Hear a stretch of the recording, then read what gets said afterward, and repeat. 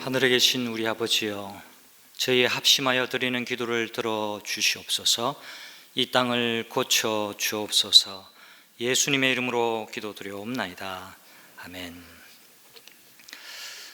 최근에 한 글자라는 책을 접했습니다.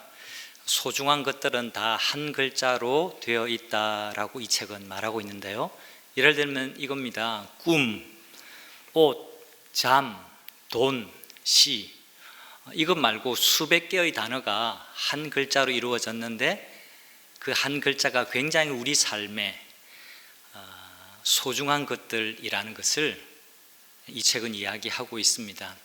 그 중에 한 단어, 그 중에 한 글자, 봄에 대해서 기록한 것을 여러분과 잠시 나누고 싶습니다.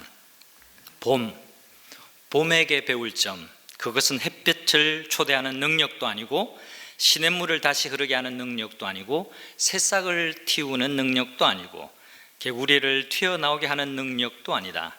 봄에게 배울 점은 딱 하나, 뛰어난 위치 선정이다. 겨울담이라는 위치 선정이다. 추운 겨울이 없다면 봄은 누구도 기다리지 않는 평범한 계절이었을 것이다. 여러분 마음으로 동의가 되십니까? 그리고 이 글 밑에 한자로 춘하추동이 아니라 우리의 익숙한 봄, 여름, 가을, 겨울이죠. 춘하추동이 아니라 하추동춘, 이렇게 한자로 적어 놓았더라고요. 저는 이 글을 읽으면서 특별히 새로운 내용은 아니지만 이 책의 지은이가 뛰어난 관찰력을 가지고 있구나라고 생각을 했습니다. 사랑하는 성도 여러분, 지금은 입춘도 지나고 우수도 지났기 때문에 겨울을 보내고 봄을 맞이해야 하는 시기입니다. 그런데 미세먼지와 또 심각한 코로나19 상황으로 봄을 느낄 겨를이 별로 없는 것 같습니다. 오늘과 같이 이런 특별한 예배, 특이한 예배를 우리가 드릴 줄 생각하지 못했죠. 하루빨리 이 상황이 진정되고 다시금 정상적인 삶이 이어질 수 있기를 간절히 소원합니다. 봄에는 소리가 있습니다. 봄에 소리가 있다는 것 여러분 아십니까? 이런 소리입니다. 자라라, 꽃피라, 희망하라, 사랑하라, 일어나라, 살아나라. 이런 소리가 봄에는 있습니다. 봄이라는 단어 그리고 복음이라는 단어는 닮은 점이 있습니다. 둘 다 살아나게 하고 일어나게 하는 생명력이 그 속에 있기 때문입니다. 마가복음은 예수님이 바로 복음이라는 선언으로 시작을 합니다. 마가복음 1장 1절 어떻게 시작하는지 여러분 기억하십니까? 하나님의 아들 예수 그리스도의 복음의 시작이라. 신약성경 복음서의 제일 첫 번째 책인 마가복음이 하나님의 아들 예수 그리스도의 복음이라. 예수님이 누구실까라는 이 커다란 질문 앞에 예수님이 바로 그 복음, 일어나게 하고 살아나게 하는 그 생명력이 있는 바로 그분이 복음이라고 우리에게 증거해 주고 있습니다. 여러분, 예수님 안에 생명의 기운이 있습니다. 예수님 안에 부활의 능력이 있습니다. 할렐루야.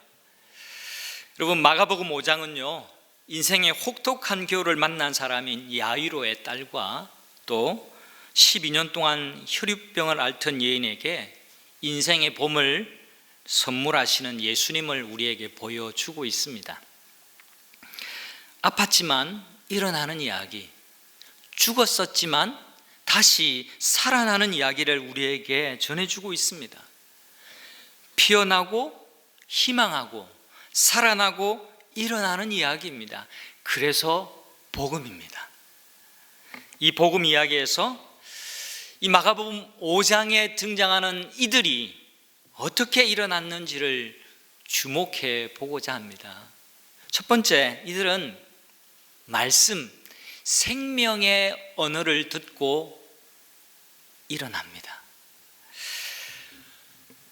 앞부분 오늘 성경 봉독자가 읽지는 않았지만요, 5장 21절부터는 두 가지의 이야기가 등장합니다. 21절부터 야이로의 딸이 살아나는 이야기로 야이로의 딸이 살아나는 이야기의 처음 시작 이야기가 출발합니다. 그리고 중간에 12년 동안 혈류병을 앓던 여인의 이야기가 중간에 들어옵니다. 그리고 또다시 죽은 야이로의 딸을 살려주시는 이야기를 하고 이야기의 결론을 맺습니다. 마치 샌드위치와 같죠. 바깥을 감싸는 이야기가 안에 있는 이야기의 맛을 더합니다. 그리고 안에 있는 이야기가 바깥을 이렇게 감싸고 있는 이야기에 조금씩 스며듭니다. 5장의 이야기의 구조가 그렇다라는 거죠. 여러분, 복음서에는 우리 주님이 어떻게 일하셨는지를 우리가 살필 수 있는데요, 복음서를 주목해 보면, 특히나 마가복음을 보면 예수님이 참 말을 잘하셨어요. 예수님이 말을 잘하셨다, 이 의미는 예수님이 청산유수처럼 막힘없이 그냥 말을 거침없이 잘하셨다라는 의미가 아니라 적절하고도 적합한 말씀을 각 사람에게 주시는 것을 우리는 성경을 통해서 발견할 수가 있습니다. 예수님은 항상 생명의 언어를 사용하셨어요. 여러분, 34절 우리 화면을 통해서 한번 더 볼까요? 우리 34절을 보겠습니다. 딸아, 내 믿음이 너를 구원하였다. 안심하고 가거라. 그리고 이 병에서 벗어나서 건강하여라. 조금 불편할 수 있지만 그래도 작은 소리로 이 성경 구절을 같이 한번 읽어보도록 하겠습니다. 같이 하겠습니다. 딸아, 내 믿음이 너를 구원하였다. 안심하고 가거라. 그리고 이 병에서 벗어나서 건강하여라. 야이로가 예수님을 모시고 그 집으로 가는 중에 12년 동안 혈류병을 앓던 여인이 예수님의 옷자락을 만지는 사건이 벌어집니다. 이 여인의 마음에 예수님의 그 옷자락에 손을 닿기만 해도 나을 거라는 기대와 믿음이 있었기 때문에 그렇죠. 실제로 기적이 일어났습니다. 이 여인이 얼마나 기쁘고 놀랐을까요? 그런데 조용히 넘어갔으면 좋았을 텐데 예수님이 즉시, 성경은 곧이라고 표현을 합니다. 예수님이 즉시 자기에게 능력이 빠져나간 것을 아시고 이렇게 주변을 향해서 묻습니다. 누가 내 옷에 손을 대었느냐? 누가 내 옷에 손을 대었는데 누구냐라고 주위를 두리번거리시면서 사람을 찾으십니다. 이 모습을 본 제자들이 혼잡한 상황에 예수님께서 이상한 걸 따지신다고 퉁명스럽게 말했지만 예수님은 그냥 넘어가시지 않습니다. 일부러 일을 벌이고 계세요. 굳이 옷에 손을 댄 사람을 찾아내시려고 하고 계십니다. 여러분, 이 장면을 읽고 이해하실 때에 예수님께서 자기도 모르는 사이에 누군가 옷에 접촉을 해서 능력을 빼간 것처럼, 예수님도 기습적으로 능력이 빠져나간 것처럼 그렇게 이해하실 필요는 없습니다. 더 본문을 세밀하게 보면 예수님은 여인이 뒤로 와서 이 붐비는 틈 사이로 옷에다가 손을 갖다 대기도 전에 이 여인의 움직임을 포착하고 계셨던 것이 분명합니다. 예수님이 지금 당황하고 있는 것이 아니에요. 옷에 손을 댄 여인을 찾으시는 그 예수님의 음성에 여인과 주변 사람들이 지금 당황하고 있는 겁니다. 예수님 의도적으로 이 여인을 만나려고 하시는 겁니다. 여러분, 이유가 있어요. 그 여인을 진정한 의미에서 일어나게 하시기 위함입니다. 예수님이 묻습니다. 찾으십니다. 누가 내 옷에 손을 대었느냐? 누가 내 옷에 손을 대었느냐? 그렇게 말씀을 하세요. 이제 여러분 관점을 이 여인의 관점으로 한번 가서 여인의 입장에 대해서 한번 생각해 볼까요? 지금 여인은 예수님의 옷에 손을 댔다가 엄청 쫄고 있습니다. 왜요? 레위기 15장 정결법에 의하면 누구든 만지면 안 되는 부정한 사람이었는데 허락도 안 받고 예수님의 옷자락을 만졌던 겁니다. 이 행위 자체가 굉장히 위험한 행위고, 그리고 이것이 예수님의 눈에 발각이 되었다라는 것 때문에 엄청 긴장을 하고 있는 겁니다. 구약이 율법에서 그 많은 엄청난 민폐를 끼친 것이 발각이 되었으니까 얼마나 지금 이 여인이 긴장을 하고 있을까? 놀란 가슴을 부여잡고 야단 맞을 각오를 하고 자수를 하게 됩니다. 이게 33절이에요. 그리고는 그 다음에 반전이 있습니다. 성경은 그냥 사건의 나열이 아니라 놀라운 반전을 이야기하고 있는 겁니다. 바로 그때 주님께서 해주신 말씀이 34절입니다. 그 구절을 우리가 다시 읽었던 겁니다. 한 번 더 화면을 부탁드립니다. 한 번 더 제가 읽겠습니다. 따라 내 믿음이 너를 구원하였다. 안심하고 가거라. 그리고 이 병에서 벗어나서 건강하여라. 여러분, 생각을 조금 더 깊이 해볼까요? 이 한 말씀, 이 말씀을 해주시고는 12년 동안 혈류병을 앓다가 고침을 받은 이 여인의 이야기는 종결이 됩니다. 그러면 이 이야기의 핵심이 바로 이 예수님의 한마디에 있다라는 것을 의미하는데, 이 한 말씀이 왜 그렇게 중요했을까요? 왜 이 한 말씀을 하기 위해서 예수님은 가던 길을 멈추시고 많은 사람이 당황하는 것을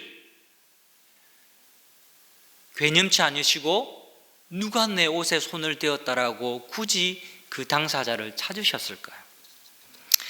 여러분, 이 여인이 치료받아야 하는 것은요, 12년 동안 묵은 고질병만이 아니었습니다. 그 마음도 치유가 필요했던 것이죠. 피를 하루도 빠짐없이 흘리는 유출병이었기 때문에 가족과 이웃 그리고 친구들로부터 격리되고 소외받을 수밖에 없었던 가련한 처지였습니다. 오늘 26절 읽지는 않았지만 26절의 기록에 의하면 많은 의사들에게 찾아가 봤지만 수없이 좌절하고 낙심했습니다. 고생도 많이 하고 재산도 다 없앴다라고 성경은 이야기하고 있습니다. 그래서 주 예수님께서는 그 마음과 영혼을 일으켜 세워주시는 한마디를 하시죠. 따라 내 믿음이 너를 구원하였다. 여기 특별한 표현이 있습니다. 무엇일까요? 예수님께서 이 여인을 향해서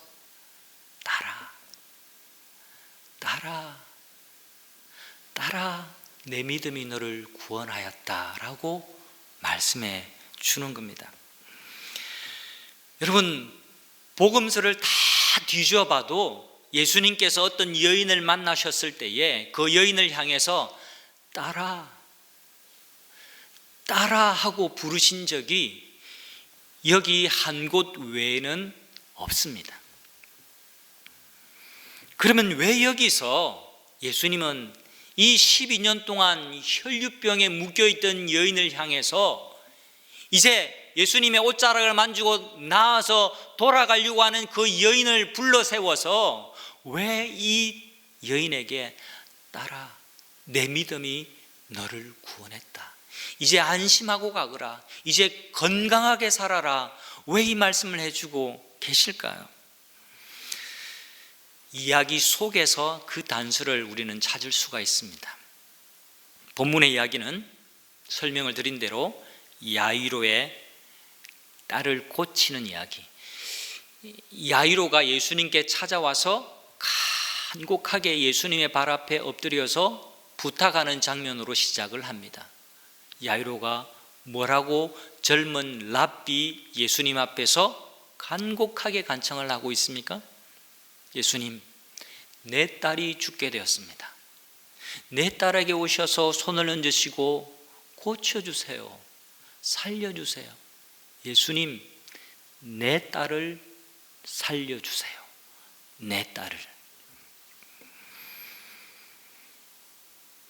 야이로의 딸을 향한 사랑과 깊은 애정을 우리는 야이로의 말 속에서 발견을 할 수 있습니다. 야이로가 지금 내 어린 딸이라고 하는 이 딸이라는 단어하고 예수님이 딸아, 내 믿음이 너를 구원하였다라고 불러주시는 이 딸이라는 단어가 같습니다. 여러분, 딸이 뭡니까? 딸아, 이건 실제로 아빠와 딸의 관계를 설명하는 단어죠. 예수님은 아무도 돌보는 사람이 없던 외로운 이 여인을 딸이라고 불러주고 계시는 겁니다. 집에 누워있는 소녀에게 아빠 야이로가 있는 것처럼 마치 이렇게 말씀하는 것과 같아요. 너를 사랑하시는 하나님이 계신단다. 하나님이 너의 아빠야. 딸아, 아빠 하나님이 너를 사랑하셔 라고 말해주는 것과 같습니다. 이 여인에게는 이 한마디의 말씀이 생명의 언어가 된 겁니다. 주저앉아 있고 좌절하고 낙심하고 실망해 있던 그 여인, 몸도 마음도 지치고 괴로웠던 이 여인을 일으켜 세우는 놀라운 봄과 같은 생명의 언어가 된 겁니다. 복음이 된 겁니다. 여러분, 복음은 그냥 예수님의 옷자락에 손을 대고 몸만 낫게 되는 것이 복음이 아니에요. 전인적인 우리의 삶이 다시금 일어나고 살아나고 노래하고 희망하고 꽃피는 이것이 복음입니다. 여러분, 생명의 언어가 사람을 일어나게 합니다. 우리 모두 예수님의 생명의 언어를 배우는 성도들이 되시기를 주님의 이름으로 축원합니다. 이 한 주간도 우리의 입술에서 이런 생명의 언어가 나올 수 있기를 바라요. 성경은 이 여자의 이름을 말해주지 않습니다. 그런데 외경에 보면 이 여자의 이름을 베로니카라고 말합니다. 그리고 이 베로니카가 나중에 어떻게 활약을 하냐면 예수님께서 십자가를 지시고 골고다 언덕 올라가시다가 힘겨워하시고 쓰러지실 때 그때 자기의 손수건을 꺼내서 예수님의 담을 닦아 주었는데 그 수건에 예수님의 얼굴의 형상이 이렇게 그려지게 되었다라고 이런 기록이 있어요. 물론 우리가 이 성경으로 받아들이는 내용은 아닙니다만 얼마나 그래서 그것이 사실인지는 확인할 수 없습니다. 하지만 중요한 것은 초기 그리스도인들은 이 여인이 그냥 12해 동안 고생하던 이 몸만 치유를 받은 것이 아니라 자존감이 회복되고 심령에까지 건강하게 치유를 받아서 주님을 위해서 믿음으로 살았던 여인이 되었다라고 이해하는 관점이 매우 중요합니다. 사랑하는 성도 여러분, 오늘 어떤 마음으로 이 자리에 오셨습니까? 이런저런 일 때문에 지난 한 주간 상처 받은 분이 계십니까?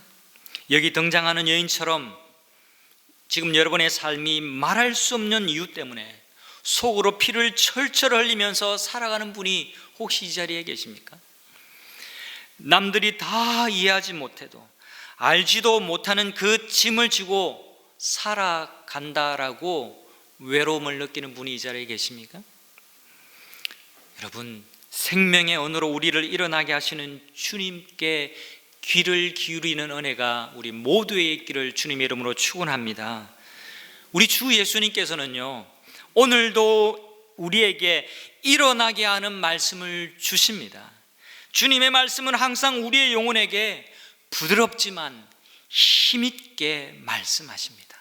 딸아, 나는 딸이 아니라고, 나는 제외된다고 오해하지 마세요. 이 딸은 대표 표현입니다. 딸아, 아들아, 너의 믿음이 너를 구원했느니라. 저는 이 말씀을 묵상하고 설교를 준비하면서 이 찬송이 생각나서 여러 번 불렀습니다. 코로나19 때문에 다들 마스크를 하고 계셔서 설교 중에 찬송하기가 어려워서 좀 아쉽기는 한데요, 여러분 화면에 가사를 보면서 마음으로 함께 찬양을 했으면 좋겠습니다. 제가 가사로 찬양을 할게요. 아바 아버지, 아바는 아빠입니다. 아빠 아버지, 아빠 아버지, 나를 안으시고 바라보시는 아빠 아버지. 아빠 아버지, 아빠 아버지, 나를 도우시고 힘주시는 아버지.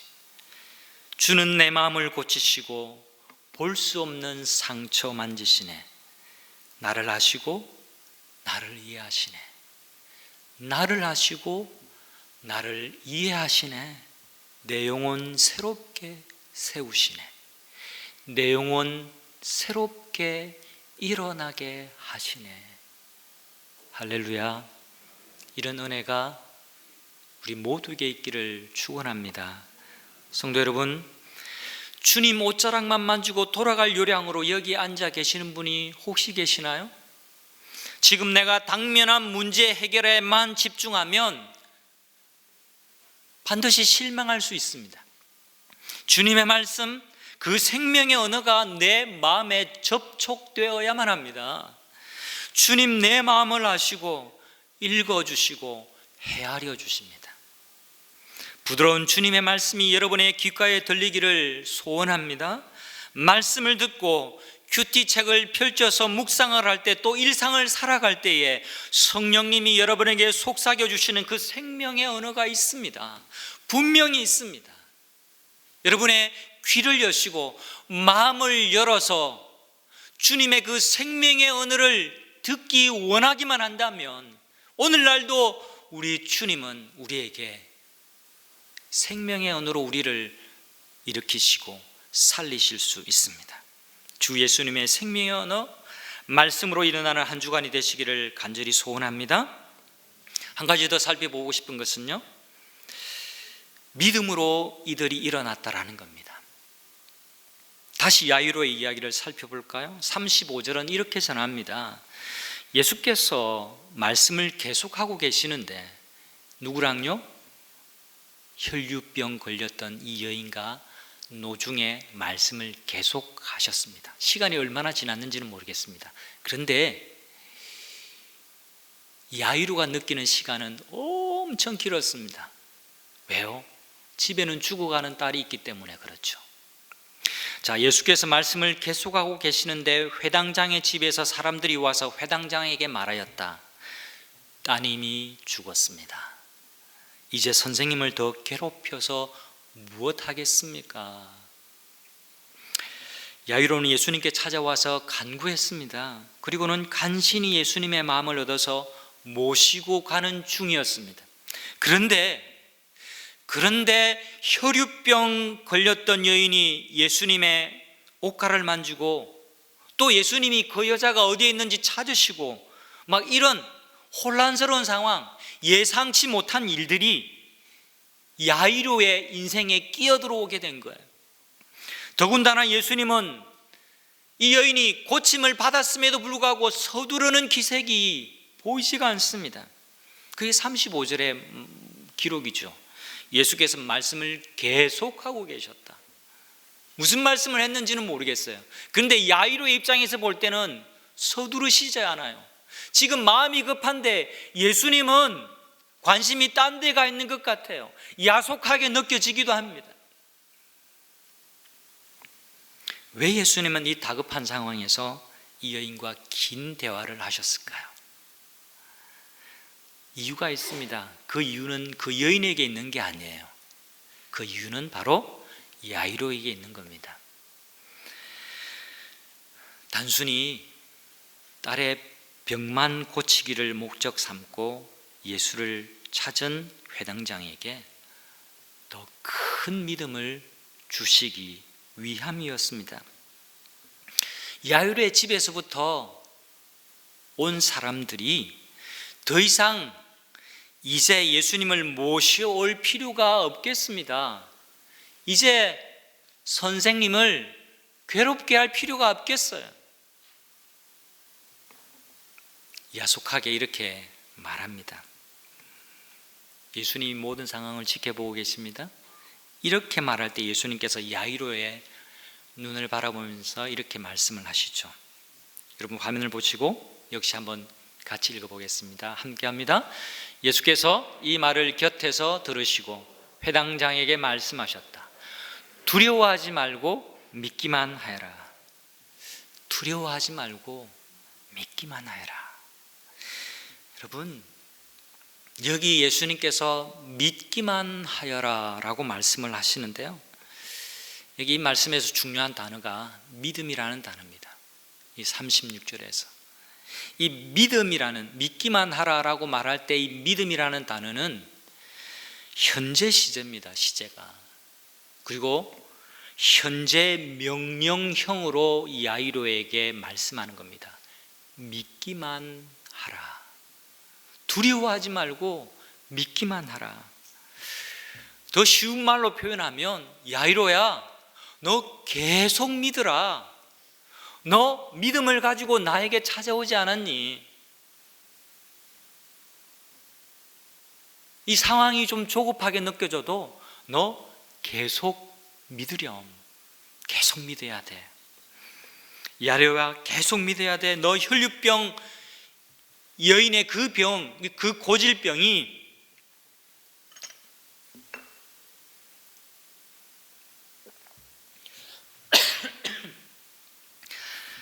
그 고질병이 고칠 병이 되는 것을 너 확인하지 않았니?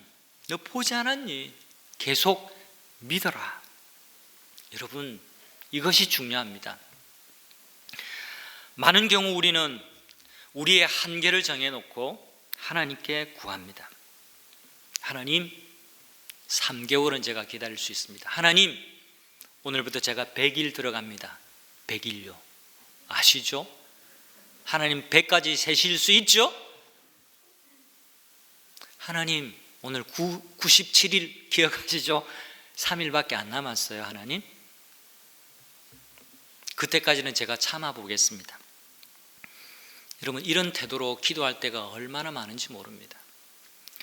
그런데 내가 정한 그 한계, 3개월, 6개월 혹은 100일이라고 정해놓은 그 한계는 내가 정한 한계지 하나님의 한계는 아니에요.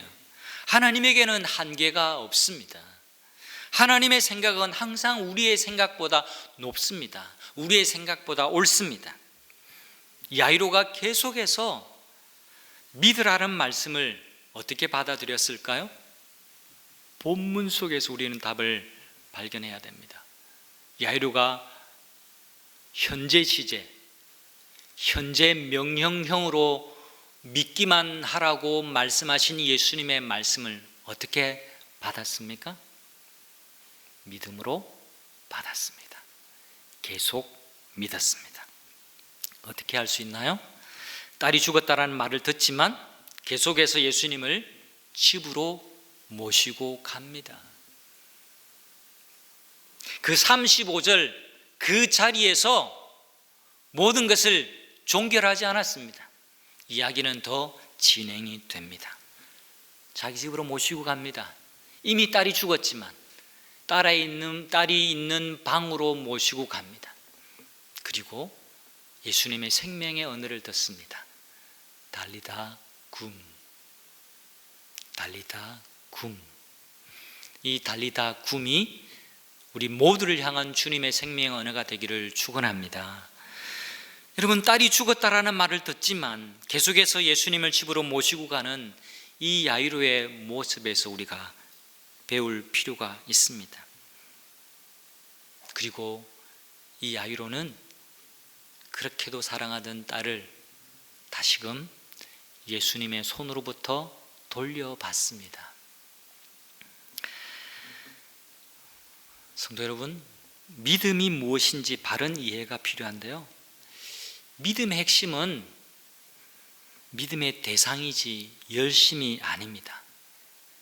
내 생각과 내 열심으로, 내 방식으로 최선을 다해서 믿는다고 그게 믿음이 좋은 게 아닙니다. 발음을 시어자 하나 더 붙여서 믿습니다라고 그렇게 강세형으로 아무리 열정적으로 말한다 해도 그 믿음의 대상이 하나님이 아니라면, 성경이 우리에게 보여주고 있는 주님이 아니라면 그 믿음은 허망한 겁니다. 여러분, 열심으로 따지자면 신천지 교인들이 우리보다 훨씬 믿음이 좋습니다. 여러분, 1시간 동안 무릎 꿇고 예배 드리실 수 있는 분이 이 자리에 계셔요? 그렇지 않죠. 그런데 믿음에 있어서 더 중요한 것은 우리의 태도나 열심이나 우리의 확신이 아니에요. 믿음의 대상입니다.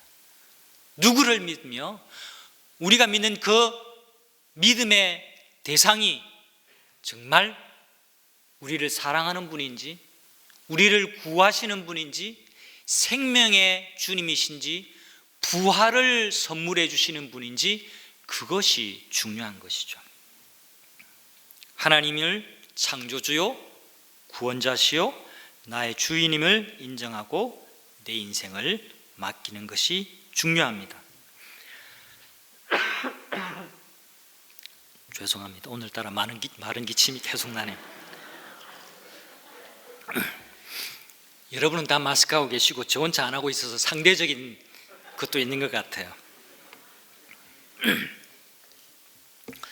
사랑하는 성도 여러분, 스스로 한계를 정하고 그 한계 앞에서 믿음이 정지된 채로 정체하고 있지 않는지 우리 자신을 잘 살펴보실 수 있기를 바랍니다. 지금 이 순간에도, 바로 이 시점에도, 바로 이 시간에도 계속 믿는 것, 믿음을 과거형이 아니라 현재형으로 사용하는 것이 중요합니다.